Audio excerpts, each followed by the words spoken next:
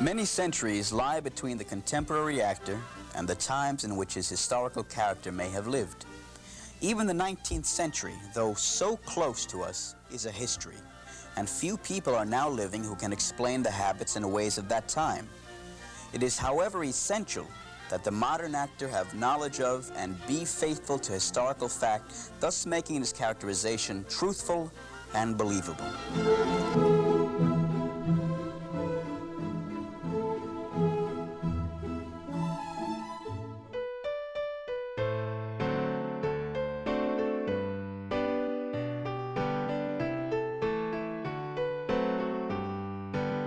The outline of the costume of that time covered almost every variation possible to shroud the human shape.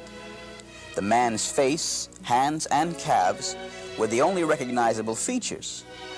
He wore a large brim plumed hat, a heavy periwig with curls that fell over his shoulders and forehead, a square-cut coat, and a waistcoat hanging to his knees, wide stiff cuffs and ruffles reaching to his knuckles, and knots of ribbon wherever a clear surface threatened to emerge.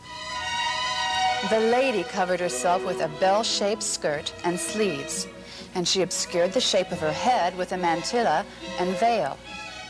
She was allowed to show her face, hands, and bosom when she was indoors. But when she went out, she had to wear a small mask and a large hooded cloak. The development of European costume had attained its highest point. Under Louis XIV, France became the most powerful nation of Europe, militarily and culturally. The minuet was the most popular of all court dances during the Restoration because it expressed more completely than any other dance the artificial behavior of the 18th century. In France, everyone was desirous of possessing certain airs that guaranteed attracting attention. Men and women alike stood in a so-called minuet position, highly elevated posture with arms held high and away from the body in order to reveal their elaborate lace cuffs. Their walking, very smooth and graceful, resembled a parade-like swing. The minuet influenced manners, customs, art, and music in France for 2 centuries. Millions were spent on musicians, poets, decorators, artists, and costumers to create elaborate productions centering around the dance itself.